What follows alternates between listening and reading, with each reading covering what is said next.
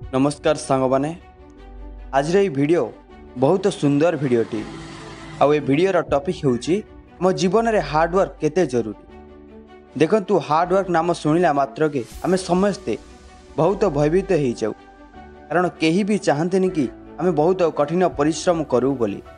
देखंतु आमे समस्ते जानिछंती जे आज रे दुनिया रे अनेक लोक विभिन्न प्रकार निशार शिकार होई गलेनी।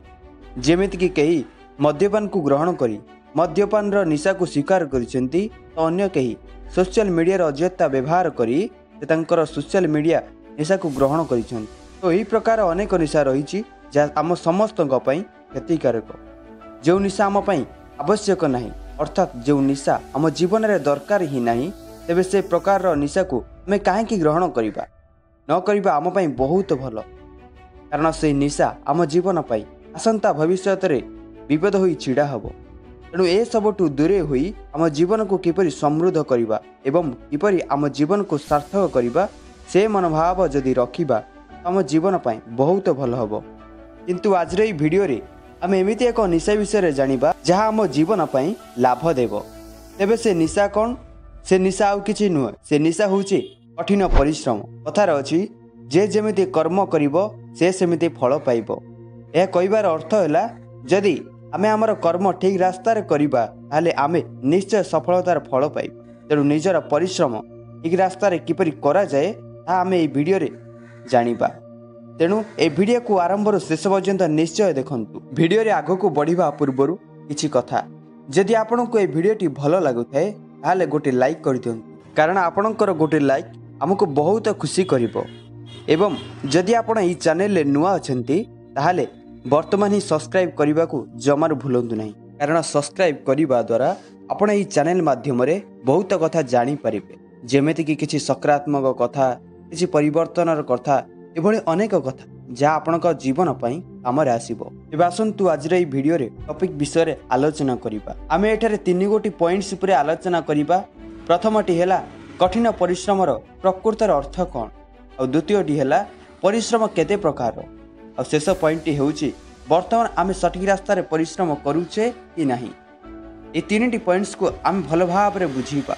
तो फास्ट पॉइंट है कठिन परिश्रम प्रकृतर अर्थ कौन। साधारणतः लोक मैंने परिश्रम तो निश्चय करती, किंतु कठिन परिश्रम कौन ना यह को बुझीबा पूर्व किछि कथा जानी रखंतु जे प्रत्येक मनुष्य जहाँ भी किछि कार्य करुछंती से तांको लिमिट रे रही, अर्थात तांको सीमा रे रही कार्य करुछंती। लिमिट रो अर्थ कौनसी निर्दिष्ट समय सीमा भितर ही काम करुथिबे, नहले जेतिकी काम करिवार थिबो सेतिकी ही करिवे, ताठर किछि अधिक करिवे नाही।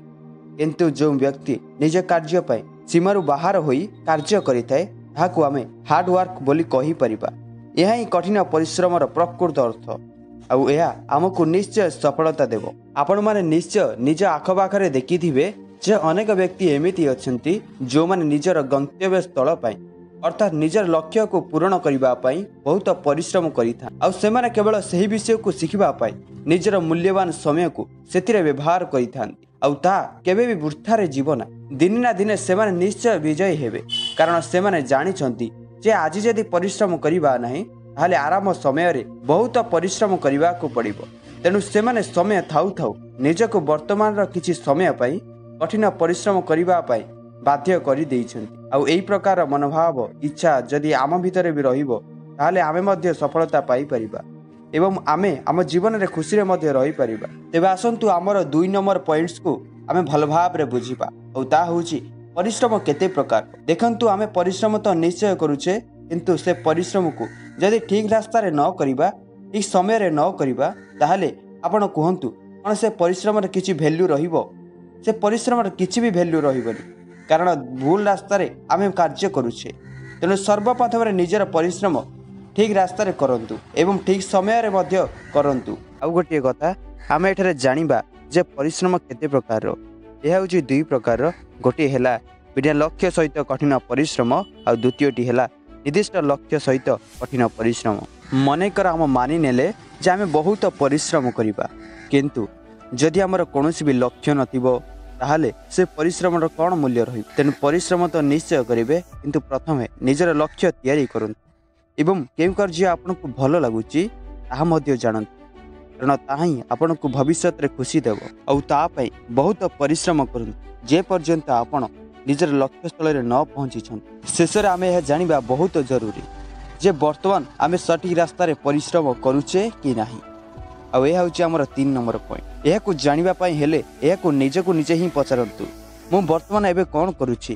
ବିନା ଲକ୍ଷ୍ୟରେ ପରିଶ୍ରମ କରୁଛି ନା ମୋର କିଛି ଲକ୍ଷ୍ୟ ରହିଛି ତାହା ପାଇଁ ମୁଁ ବର୍ତ୍ତମାନ ପରିଶ୍ରମ କରୁଛି? ଯଦି ଏ ପର୍ଯ୍ୟନ୍ତ ଆପଣଙ୍କର କିଛି ଲକ୍ଷ୍ୟ ନଥିବ ତାହେଲେ ପ୍ରଥମରେ ନିଜର ଲକ୍ଷ୍ୟ ବନାନ୍ତୁ ଏବଂ ତା ପାଇଁ କଠିନ ପରିଶ୍ରମ କରନ୍ତୁ। ଏଠାରେ ଗୋଟିଏ କଥା ମନେ ରଖନ୍ତୁ ଯେ ଗୋଟିଏ ଦିନରେ କେବେ ବି ସଫଳତା ପାଇ ହେବନି, କିନ୍ତୁ ଗୋଟିଏ ଦିନ ନିଶ୍ଚୟ ସଫଳତା ମିଳିବ। ଆଉ ସେହି ଦିନ ଆପଣଙ୍କୁ ବହୁତ ଖୁସି, ବହୁତ ଆନନ୍ଦ ଦେବ। ଆଜି ପାଇଁ ଏତିକି।